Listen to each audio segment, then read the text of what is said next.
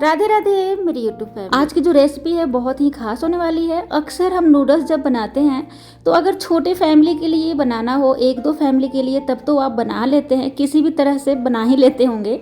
लेकिन जैसे ही बोला जाए कि 6 लोगों के लिए, 8 लोगों के लिए बनाया जाए, तब आप बहुत घबरा जाते होंगे, क्योंकि या तो वो चिपक जाती होगी, टूट जाती होगी, सही बिल्कुल ही नहीं बनती होगी। देखिए, आप देख सकते हैं कितना लंबा लंबा हमारा जो नूडल्स है बनकर तैयार है, और इसे मैंने घर पर ही बनाया है। आपको भी मैं इसी तरीके से बनाना सिखा दूंगी। मैं इसे पिछले 12 साल से बनाते आ रही हूँ, तो आप इस वीडियो पर तो विश्वास कर ही सकते हैं।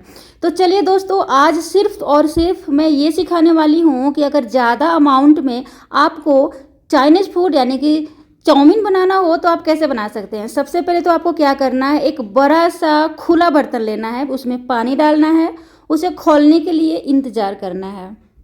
गैस के ऊपर मैंने रख दिया है। यहाँ पे मैंने लिया है नूडल्स की स्टिक्स। ये मार्केट में बहुत ही आसानी से मिल जाती है और बहुत सस्ती भी होती है। तो इस तरीके से आपको नूडल्स ले लेना है, और ये एक पैकेट है। मैं आपको ना पूरा एक पैकेट बनाकर दिखाऊंगी कि एक साथ में एक पैकेट कैसे बना सकते हैं।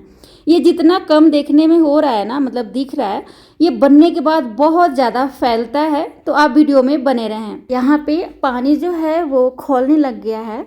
तो अब इसमें क्या करेंगे कि रिफाइंड तेल डालेंगे, और यहाँ पे सरसों तेल का इस्तेमाल मत कीजिएगा, फिर चाइनीज़ जो फ्लेवर होता है ना वो नहीं आ पाता है।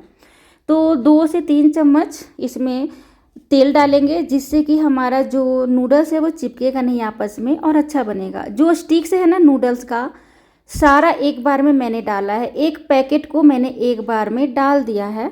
इसी कारण से इसमें पानी ज़्यादा लिया जाता है। और आप देख सकते हैं नूडल्स को यानी कि स्टिक्स को मैंने तोड़ कर नहीं डाला है।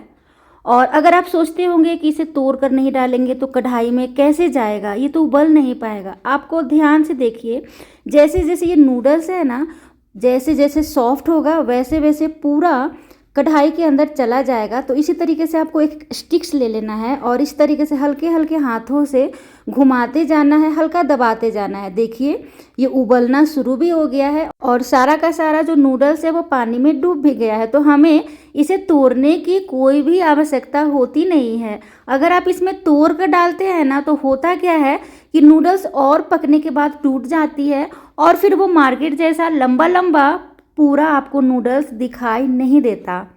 अब इसे तेज़ आंच पर खूब अच्छे से खौलाएंगे, यानी कि पकने देंगे। दोस्तों, एक बात और, नूडल्स के अनुसार पानी का मात्रा भी आपको ज़्यादा डालना होता है, क्योंकि नूडल्स पकने के बाद पानी जो है वो काफ़ी गाढ़ा हो जाता है। आप देख सकते हैं नूडल्स जो है हमारा बहुत ही बढ़िया से पक गया है, बहुत अच्छा पक गया है। तो बस पकने के बाद इसे फटाफट एक ठंडे पानी में धो लेंगे, यानी कि डालेंगे। पहले पानी बहुत ही ठंडा होना चाहिए। इससे क्या होता है ना कि जो नूडल्स का कुकिंग प्रोसेस होता है वो स्टॉप हो जाता है, यानी कि बहुत ज़्यादा गल नहीं पाता है। तो यहाँ पे आपने 2 चीज़ सीखा। एक तो अच्छे से नूडल्स को उबाल लेना है, पका लेना है, ताकि वो पेट में जाने के बाद खराबी ना करे। और जब काफ़ी बढ़िया से पक जाए तब फटाफट इसे ठंडे पानी में डाल देना है, ताकि बहुत ज़्यादा पके नहीं, यानी कि ओवर कुक ना हो। नूडल्स को थोड़े थोड़े मात्रा में लेकर ठंडे पानी से खूब अच्छे से इसे ना धो लेना है। इसकी जो चिपचिपाहट होती है ना, उसे निकाल लीजिएगा।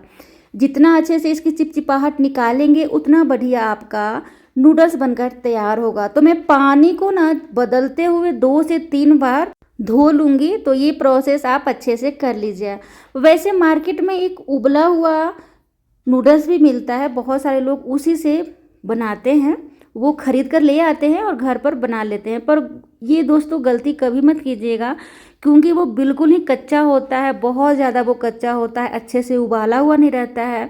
तो होता क्या है कि वो पेट में जाकर खराबी करता है। तो आप क्यों ना घर पर ही इसी तरीके से बना लें। नूडल्स को तो मैंने काफ़ी बढ़िया से धो लिया, पानी निकाल लिया। पानी निकालने के बाद नूडल्स तो हमारा बहुत ज़्यादा है, तो मैं क्या करूँगी, ये थोड़ा थोड़ा मात्रा में लूँगी और एक प्लेट में निकालना है थोड़े थोड़े मात्रा में, और 2 से 3 चम्मच फिर से इसमें रिफाइंड तेल डालना है और अच्छे से मिक्स करना है, जैसे मैं कर रही हूँ। और इस तरीके से फैलाकर 2 घंटे के लिए आपको छोड़ देना है। और हाँ दोस्तों, एक बार में बहुत ज़्यादा आपको तेल लगाकर एक जगह नहीं रखना है। जैसे कि मैं टोटल 4 प्लेट में इसे रखूँगी, तेल लगाकर फैलाकर, अगर एक ही साथ तेल लगाकर बहुत सारा रख देंगे ना एक ही बर्तन में, तो वो आपस में चिपक जाती है। 2 घंटे का इंतज़ार करेंगे, तब तक मैं यहाँ पे सब्जियों को काट लूँगी। तो मैं डालूँगी इसमें कैबेज। वैसे चाइनीज़ फूड में कैबेज बहुत अच्छी लगती है, पर मैं ज़्यादातर अवॉइड ही करती हूँ, पर आज मैं डाल रही हूँ। तो देखिए कैबेज कैसे डालते हैं, यहाँ पे बहुत सारे लोग गलती करते हैं। उनको ऐसा लगता है कि कैबेज के अंदर क्या ही रहता होगा, ये तो बिल्कुल ही साफ़ सुथरा है। सबसे पहले तो इसे बनाने के लिए यानी कि इसे काटने के लिए देखिए चाकू से बहुत सारे लोग बहुत ही पतला बारीक नहीं काट पाते हैं और काफ़ी टाइम भी लग जाता है। तो मैं हमेशा से कैबेज को चिप्स काटने वाले कटर में काटती हूँ। इस तरीके से देखिए फटाफट ये कट कर तैयार भी हो जाता है और देखने में बहुत ही खूबसूरत। इतना पतला तो चाकू से भी नहीं हो पाता। तो आप भी ये वाली ट्रिक ट्राई करें, बहुत ज़्यादा आपको मज़ा आने वाला है। सभी कैबेज को तो मैंने काट लिया। अपने नूडल्स में डालने के अनुसार ही काटें, कितना आप नूडल्स में डालना पसंद करते हैं। कैबेज को मैं हमेशा से ना इसे खौलते हुए पानी में डालकर 10 मिनट के लिए फिर इसे छान लेती हूँ, क्योंकि इसके अंदर बहुत सारे कीटाणु होते हैं जो कि हमारे शरीर के लिए सही नहीं है। यहाँ पे ना कैबेज को गर्म पानी में डालकर धोना बहुत ज़रूरी है। बहुत सारे लोग सोचते हैं कि कैबेज के अंदर क्या ही होगा, इतना साफ़ सुथरा है, पर ऐसा नहीं है। उसके अंदर बहुत ही खतरनाक जम्स होते हैं, कीड़े होते हैं, जो कि हटाना बहुत ज़रूरी है। तो खोलते हुए पानी में उसे ज़रूर डालें 10 मिनट के लिए। यहाँ पे देखिए 4 प्लेट में मैंने नूडल्स को सूखने के लिए रख दिया था खुले जगह पर, और इसे कवर करके रखें। दुपट्टे वगैरह से इसे कर लीजिएगा, मतलब ढक लीजिएगा, या फिर पंखे के नीचे रख लीजिएगा ताकि गंदगी ना पड़े और सूख भी जाए। इसका जो मॉइस्ट है ना बिल्कुल ही अच्छे से निकल गया है, अब बिल्कुल ही ड्राई हो चुका है।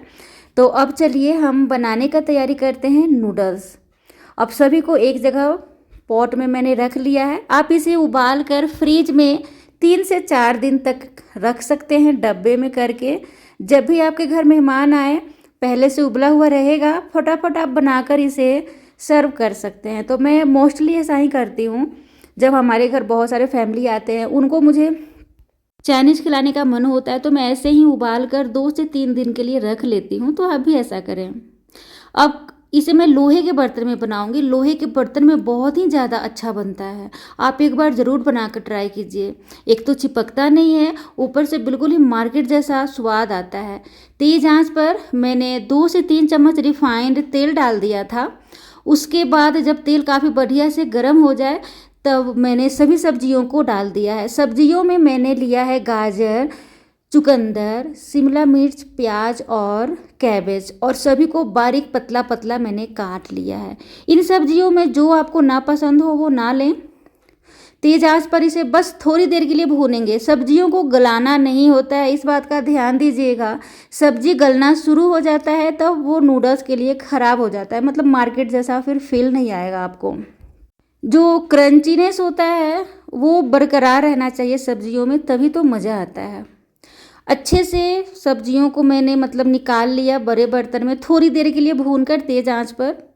अब उसी कढ़ाई को काफ़ी बढ़िया से मैंने साफ़ कर लिया, और साफ़ करने के बाद पानी अच्छे से सुखा लेना है, तेज़ आंच रखना है, और यहाँ पे फिर से 4 से 5 चम्मच आपको रिफाइंड तेल डालना है।